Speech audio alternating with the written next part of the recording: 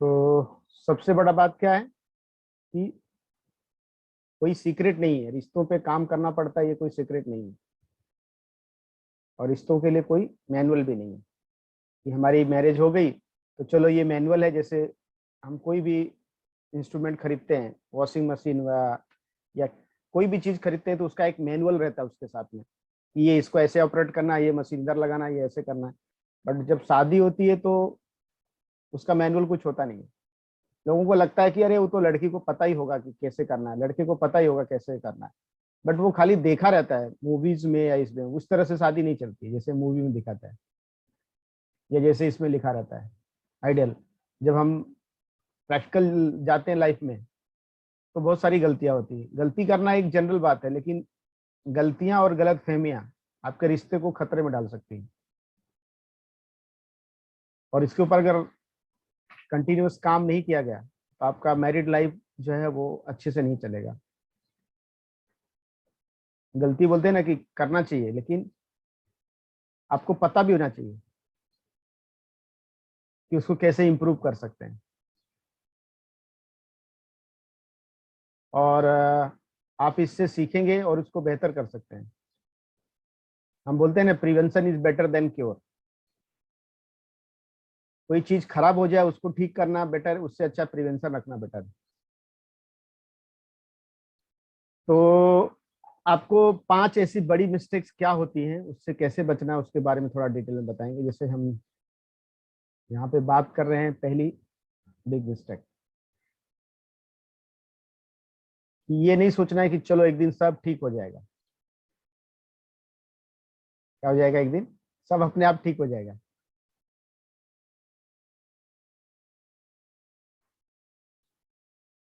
Hope में रखो कि चलो हस्बैंड मेरा है, सुधर जाएगा, ये मेरी वाइफ है, कुछ दिन में सुधर जाएगी। बट वो सुधरने के लिए आप कर क्या रहे हो? ठीक है।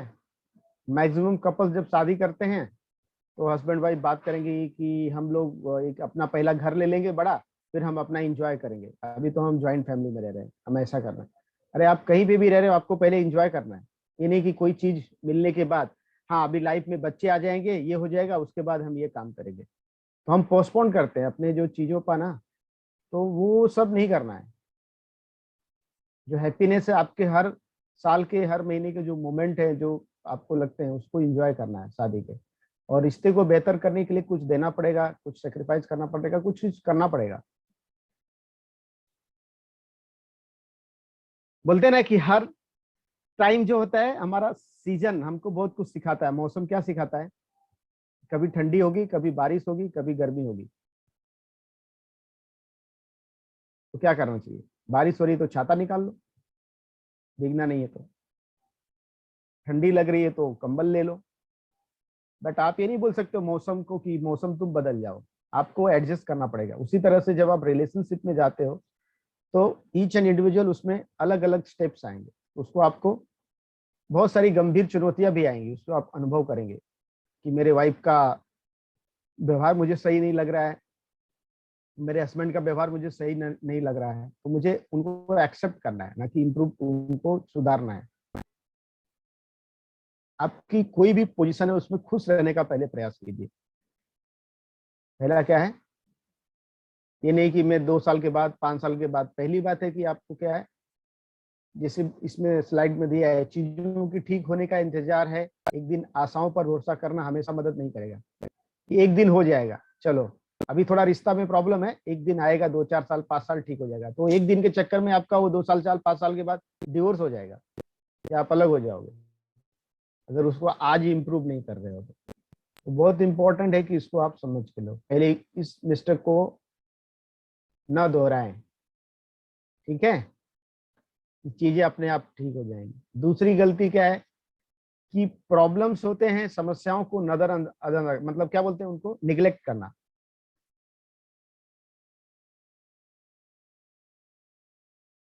क्योंकि अगर आप उसको निग्लेक्ट कर दोगे तो क्या होगा वो, कि चलो अभी किसी से कोई डिस्कशन हो गया, बहस हो गया, ठीक है, कोई भी प्रॉब्लम आ गई, तो प्रॉब्लम को छोड़ नहीं देना है या उसको चलो अपने आप ठीक हो जाएगा। वाइफ नाराज है ना, वो अपने आप क्या बोलते हैं, मान जाएगी। अपने आप नहीं कुछ होता है, उसके लिए आपको कुछ करना पड़ेगा। तो अगर आप ऐसे ही हर बार छोड़ते रहोगे तो वो उसके अंदर आपके प्रति नफरत या आपके प्रति गुस्सा बढ़ते जाएगा, दिन प्रतिदिन वो चीजें बिगड़ती जाएंगी। और अभी कुछ समझो उसका आप कंबाइंड फैमिली में रह रहे हो, सास के साथ वो रह रही है और नहीं जम रहा है, तो आप बोल रहे हो चलो ठीक है वो मम्मी का है और वाइफ का वो देख लेंगे। करते करते इतना बड़ा हो जाए कि बाद में आपके समझाने से भी वो सुनेगा नहीं। तो शुरुआत में ही करना है उसको, जो हो रही समस्या है उसको छोड़ नहीं देना है, उससे भागना नहीं, पीछा नहीं छुड़ाना है। मैक्सिमम कपल्स क्या करते हैं, चीजें होगी जब छोटी छोटी गलतियां होती हैं तो वो जो भी प्रॉब्लम्स है उसको छोड़ देते हैं और फिर अलग चीज सोचने लगते हैं। तो वैसा नहीं करना है। किसी को कुछ बोलना है इसके ऊपर?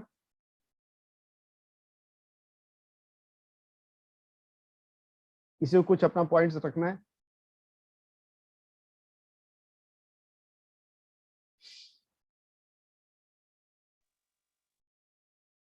थर्ड मिस्टेक क्या है? अभी वाइफ है, समझो अगर वो हाउस वाइफ है तो घर के काम में अटकी हुई है। हस्बैंड है, जॉब कर रहा है, अपने जॉब के काम में फंसा हुआ है, तो वो अपने रट लाइफ में फंस गए हैं, अपने रूटीन के काम में इतनी बिजी है कि रिलेशनशिप के लिए वो टाइम नहीं दे रहे हैं। अब जेंट्स लोग का बता रहा हूँ, फिर लेडीज का बताऊंगा। अभी एक सिंपल बात है, जॉब करके आए, बैठ गए फेसबुक में देख रहे हैं, व्हाट्सएप देख रहे हैं, कंप्यूटर में बैठ के ये कर रहे हैं। अरे भाई ठीक है करो, उसका टाइम टेबल बनाओ, बट वाइफ के लिए भी कुछ टाइम आपके पास होना चाहिए डिस्कशन के लिए भी, कि मैं इतना टाइम ये करूंगा, या आप बाकी टाइम करो, लेकिन जब घर पे आओ या घर पे रहो तो वाइफ के साथ थोड़ा डिस्कशन, या वो बोल रही तो सुनो उसको।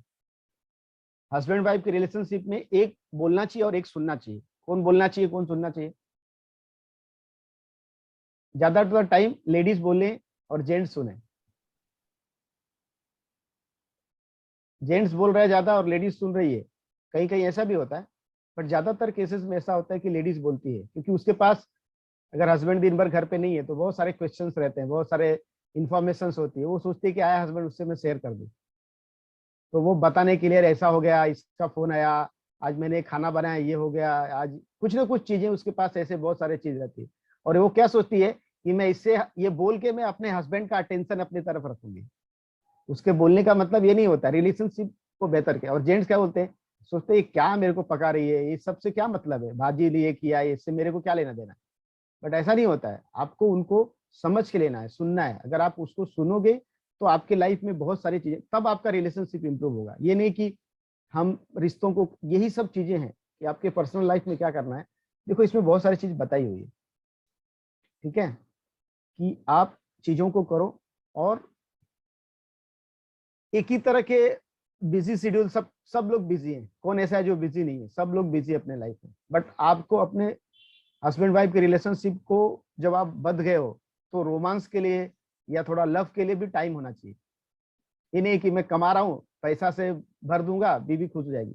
पैसे से कोई बीवी खुश नहीं होती। खाली ऐसा होता तो बिल गेट्स की वाइफ छोड़ के नहीं जाती थी, बहुत पैसा था उसके पास, उसने टाइम नहीं दिया। टाइम नहीं दोगे तो कितना बड़ा भी रहोगे, कितना भी पैसा आपके पास रहेगा, वो पैसा आपके काम नहीं आएगा। Relationship is different thing. मैं बड़े बड़े लोग का एग्जांपल दे दूंगा, करोड़पति लोग थे जिनके पास बहुत पैसा था, और जेंट्स को क्या लगता मैं पैसा कमाऊं वही मेरा काम है। नहीं भाई, वो सेकंड आता है, पहले हेल्थ, दूसरा रिलेशनशिप, तीसरा पैसा है। लोग क्या करते हैं, हेल्थ रिलेशनशिप को छोड़ के पैसे के ऊपर पूरा फोकस, कि मैं जॉब करूंगा कमाऊंगा, बिजनेस करूंगा कमाऊंगा और मेरी ये हो जाएगी। ऐसा नहीं है, ये सबसे बड़ी मिस्टेक है। आपके रूटीन लाइफ में इतना फंस नहीं जाना है कि आप क्यों शादी की हो, फिर शादी मत करो। अगर आपको पैसे से प्यार है तो शादी मत करो। बहुत लोगों ने शादी नहीं की, सलमान खान ने शादी नहीं की, बहुत बड़े बड़े लोग बताता हूँ, बाबा रामदेव ने शादी नहीं की है, मोदी ने शादी नहीं की है। क्या हो गया, लाइफ नहीं चल रहा है? ऐसे लेडीज भी बहुत सारे हैं जिन्होंने शादी नहीं की। शादी कर रहे हो तो एक कमिटमेंट होता है उसके लिए, अगर वो कमिटमेंट पूरा करने को तैयार हो तो शादी करो, ये तो मत करो शादी। आपको अपने हिसाब से ही रहना है, अपना ही देखना है, सामने वाले को समझ के नहीं लेना है, तो शादी मत करो। शादी कर रहे हो तो आपको बोलते हैं ना कि अगर आग में हाथ डालोगे तो जलेगा, रूल है, आग का वो नेचर है। शादी करने जाओगे तो समस्या आएंगी, समस्याओं से बचने के लिए आप कुछ कर नहीं सकते, उसके बारे में इंफॉर्मेशन लो कि कैसे उसको आप इम्प्रूव कर सकते हो, क्या कर सकते हो। बहुत इंपॉर्टेंट है। तो रट लाइफ में फंस के आप बोलते हैं ना, आपका पता चला कि बीवी सोचेगी यार ये शादी मैंने इससे क्यों किया, मेरे से तो बात ही नहीं करता है, मेरे को तो टाइम ही नहीं देता है, मेरे को तो घुमाने क्यों नहीं लेके जाता है। ये सब कंप्लेंट नहीं होनी चाहिए। दोनों को सोच समझ को, हाँ वो भी नहीं कि सब 100% वाइफ के हिसाब से हो, 100% हस्बैंड के हिसाब से, ऐसा नहीं। दोनों बैठ के डिसाइड करो, हस्बैंड को अपना शेड्यूल कि भाई मेरा इतना इतना काम है, मैं इतना इतना टाइम बिजी रहता हूँ, हाँ मैं इतना टाइम दूंगा, एक दिन इतना टाइम दूंगा, 4 घंटा 5 घंटा ही दूंगा, बाकी दिन में इतना टाइम दूंगा। तो एक शेड्यूल बना लो, जैसे हम टाइम टेबल बनाते, इसका भी एक शेड्यूल बनाओ। अगर आपके लाइफ में रोमांस कम हो रहा है और आपको लग रहा है एक दूसरे का रिश्ता सही नहीं है, तो बैठ के उसको ये करो। नहीं समझ में आ रहा तो कोई आपके जो मेंटर हैं, कोई जो इनको आप गुरु मानते हैं, उनके साथ बैठ के डिस्कशन करो, उनके साथ काउंसलिंग करो, तब जाके कुछ होगा। ऐसे ही एक दिन सब ठीक हो जाएगा, ऐसा नहीं होता है। और चौथी गलती की एक दूसरे को हल्के में लेते हैं। ठीक है ना, अभी शादी हो गई, अभी क्या है, किधर जाने वाली है, मेरी वाइफ ही है ना, मैं जैसा चाहूँ वैसा करूँ, ऐसा नहीं होता है। या वाइफ सोचती कि यार शादी हो गया, हस्बैंड है, अब तो मैं जो मर्जी वो करूँ। एक दूसरे को हल्के में नहीं लेना, बहुत इंपॉर्टेंट। क्योंकि अगर आपने हल्के में लेना चालू किया तो बाद में क्या हो जाएगा, बहुत सारे रिलेशनशिप इसीलिए टूट गए क्योंकि वाइफ ने हस्बैंड की तरफ ध्यान ही नहीं दिया। फिर जब ज्यादा ध्यान नहीं दोगे तो उसका कोई ध्यान देने वाला मिल जाएगा उसको, कोई ना कोई, फिर आपको प्रॉब्लम होगी। इसके लिए एक्स्ट्रा मैरिटल अफेयर जो होते हैं, सब अफेयर्स जो होती है, उसके पीछे यही रीजन होता है। तो बंदा घर पे फ्रस्ट्रेट हो जाता है, वाइफ इतना उसको फ्रस्ट्रेट कर देती है कि वो बाहर जाके वो तलाशता है। फिर वो जब उसको घर पे जो चीज नहीं मिलेगी तो बाहर वो तलाशेगा। बहुत सारी चीजों में प्रॉब्लम इसीलिए होती है क्योंकि लोग घर पे संतुष्ट नहीं होते, या तो हस्बैंड या तो वाइफ दोनों। एक दूसरे को समझना, एक दूसरे की भावनाओं को समझना, एक दूसरे को, ये नहीं कि वो मेरी प्रॉपर्टी है या वो मेरा प्रॉपर्टी है, जैसे चाहूं जैसे मैं यूज करूं सामने वाले को, नहीं। एक दूसरे को, वो कोई वस्तु नहीं है, कोई चीज नहीं है, ह्यूमन बीइंग है, उनके अंदर जान है, उनके इमोशंस है, इमोशंस को केयर करो। सबकी कुछ न कुछ इमोशंस होती है। क्योंकि अगर इमोशंस आपने खराब कर दिया, किसी का ट्रस्ट लूज कर दिया, तो बाद में बहुत दिक्कत हो जाएगी। इसलिए लाइटली किसी को लेना नहीं है, ना हस्बैंड को ना वाइफ को। एक दूसरे को हम पर्याप्त समय देना है। टाइम नहीं देने के मैक्सिमम जो रिलेशनशिप टूटे, अगर उसमें पूछा गया कि क्यों रिश्ता ये टूटा, तो 60% प्रॉब्लम था कि उसने मुझे पर्याप्त, मतलब सफिशियंट टाइम नहीं दिया, पहला रीजन है। दूसरा रीजन है फैमिली की वजह से, ठीक है। तीसरा रीजन है उसका कहीं और अफेयर था, कुछ और था। तो ये सब क्यों हुआ, क्योंकि टाइम नहीं दिया, इसके लिए सब चीजें चालू हो गई। जब आप हस्बैंड वाइफ एक दूसरे को टाइम नहीं दोगे तो आप बाद में चीजें चालू हो जाएंगी। ऑडिबल हूं मैं अख्तर भाई, कंप्लीट ऑडिबल हूं, कोई दिक्कत नहीं ना, ओके। और आप लोग को कुछ सवाल है तो आप पूछ सकते हो, कोई भी कुछ क्वेश्चन है बीच में तो आप पूछ सकते हो। Any questions? समझ में आ रहा है कंप्लीटली? मैं जो बता रहा हूँ समझ में आ रहा है? Yes sir. चलो ठीक है, एनी क्वेश्चंस? Yes sir. बोलो किसको सवाल है, सवाल किसी को है, पूछो। आ रहा है समझ में? मैं पूछूंगा बाद में, पांचों पॉइंट क्या है सबको पूछने वाला हूँ। बाद में आप लोग का टेस्ट है, इसलिए ध्यान से सुनो, कुछ सवाल है तो पूछ लो, नहीं समझ में आ रहा है तो पूछ लो। भारती को समझ में आ रहा लगता है, हाँ? भारती खुश है, भारती हमेशा खुश रहती है, बहुत उसने बहुत मेच्योर है वो, ठीक है, गुड। अगले पॉइंट पे चले हम लोग, लास्ट मिस्टेक बताते हैं। पांचवी गलती क्या है? क्या है पांचवी गलती, कोई बताएगा? ये सबसे इंपॉर्टेंट गलती है इसलिए इसको लास्ट में रखा मैंने।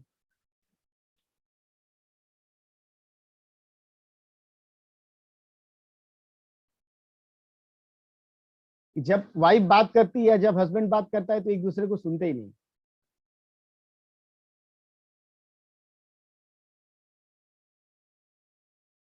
और न सुनना रिश्तों की सबसे बड़ी समस्या है। एक दूसरे को न सुनना, ये सबसे बड़ा बिग मिस्टेक है ये रिलेशनशिप में। आपका साथी जो कह रहा है उसे सुनकर बहुत सारी प्रॉब्लम को आप सॉल्व कर सकते हैं। सुनने का मतलब चुप रहना नहीं होता है। बहुत लोग सोचते हैं कि मैं चलो हाँ बोल रही, बोलो बोलो, मैं मोबाइल देख रहा हूँ और तुम बोलते रहो, मेरा ध्यान तो मोबाइल की तरफ है, तुम ऐसे बड़बड़ करते रहो। हाँ हाँ सुन रहा हूँ सुन रहा हूँ सुन रहा हूँ, हाँ क्या बोले, क्या बोला मैंने, अरे हाँ क्या बोला, फिर से रिपीट करो। ऐसा नहीं सुनना होता है। ध्यान मेरा कंप्यूटर पे है, मेरा मोबाइल पे है, इधर है उधर है, और हाँ हाँ बोलो बोलो बोलो तुम बोलो। और ऐसे बहुत बार